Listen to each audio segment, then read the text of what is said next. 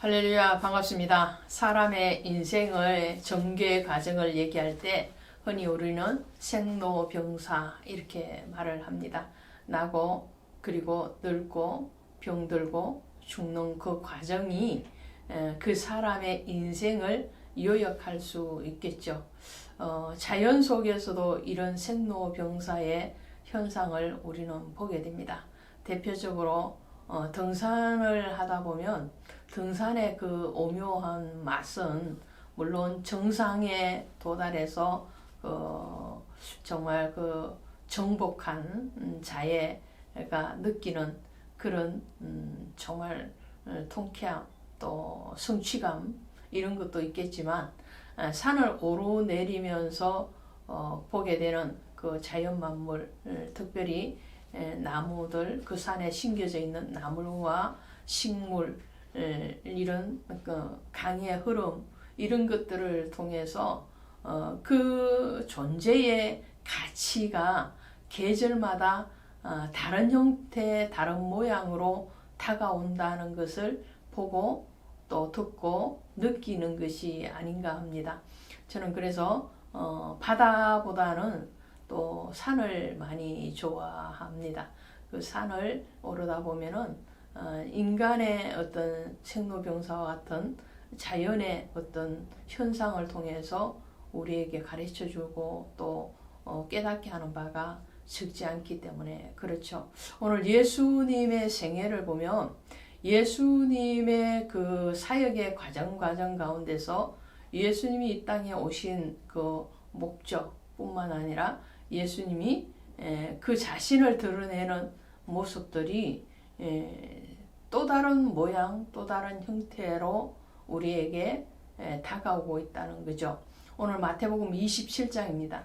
이제 마태복음 27장에 오시면 빌라도 법정에서 세워진 예수님이 이제 십자가를 지시는 그런 사건으로 연결되어지는 것을 보게 되죠.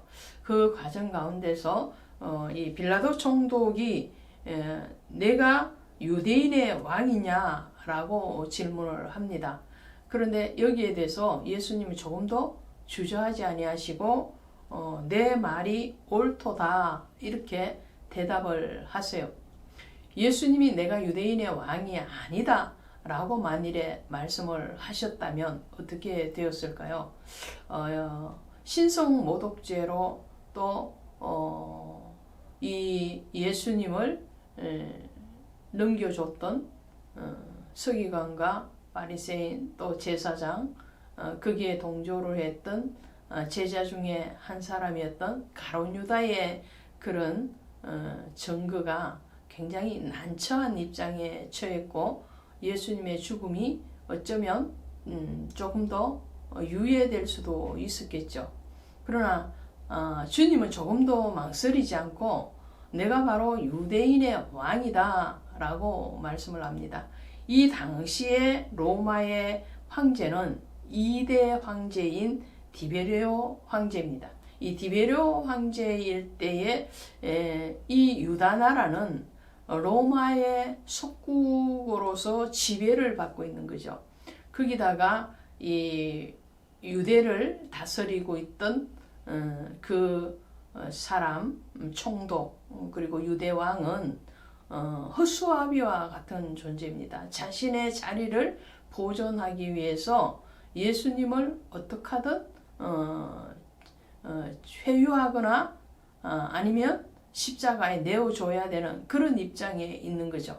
그럴 때 예수님은 조금 더 망설이지 않고 자신의 사역으로 온 목적, 이유에 대해서 그대로 말씀을 하시는 것을 보게 되죠.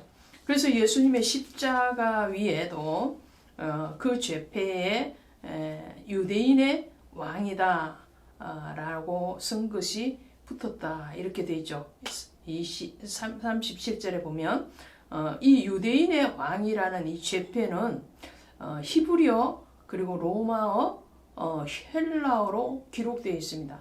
그것은 예수 그리스도의 죽으심이 단순히 유대 나라의 백성들만을 구원하기 위한 것이 아니다라는 것을 말씀을 하죠.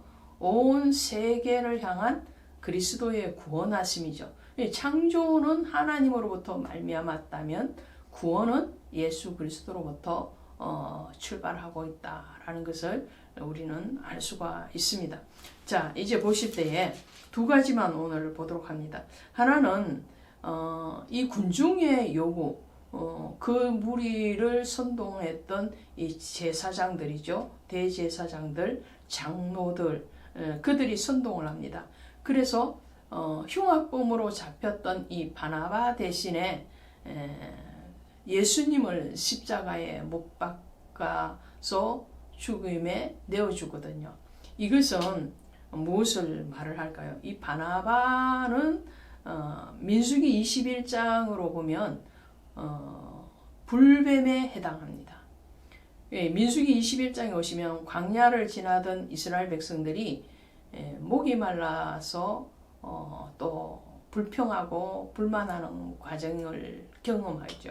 그럴 때에 하나님이 불뱀을 보내서 그들을 다 물어서 죽게 하시고 모세가 기도함으로 하나님은 다시 치유의 방법을 내시는데 녹뱀이 아닌 불뱀을 장대에 매달아라 그렇게 말씀을 합니다.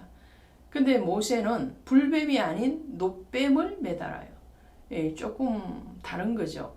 이 불뱀으로부터 물렸기 때문에 불뱀을 매달아서 불뱀이 뜻하는 그 사단, 원망과 불평과 하나님을 신뢰하지 않은 그 불신앙을 매달아야 되는데 그렇지 않고 녹뱀을 매달았다는 거예요. 이 녹뱀은 노시라는 것은 심판을 상징을 합니다. 속죄 사역을 위해서는 반드시 심판의 대상이 있어야 된다는 거죠. 죽임에 당하는 어린 양의 사역으로 예수님이 오셨고 그 예수님이 불뱀인 바나바 대신에 녹뱀이신 예수님이 십자가를 지시는입니다. 녹뱀을 장대 위에 높이 달고 그것을 쳐다보는 자들마다 죽임에서 생명으로 옮겨졌거든요. 그래서 이 민수기 21장의 사건이나 마태복음 27장에 나오는 예수님의 죽으심의 이 사건에 대해서 요한복음 3장 14절에 가시면 모세가 광야에서 뱀을 든 것 같이 인자도 들려야 하리니 이는 저를 믿는 자마다 영생을 얻게 하려 하심이라 이렇게 말씀을 해요. 그러니까 예수 그리스도를 내어주고 흉악범인 바나바를 놓아주죠. 반대가 되어야 되는데 그런데 이 예수님의 죽으심이 결국은 유대인의 왕뿐만 아니라 온 인류의 왕으로서 제물이 되어서 죽으심에 대해서 말씀을 합니다. 그 죽으신 장소가 골고다죠. 그래서 33절에 보시는 골고다적 해골의 곳이라는 곳에 이르러 이렇게 말을 합니다. 이 골고다는 히브리어입니다. 이 골고다는 이 골가타라는 말에서 아람어에서 유래한 히브리어고요.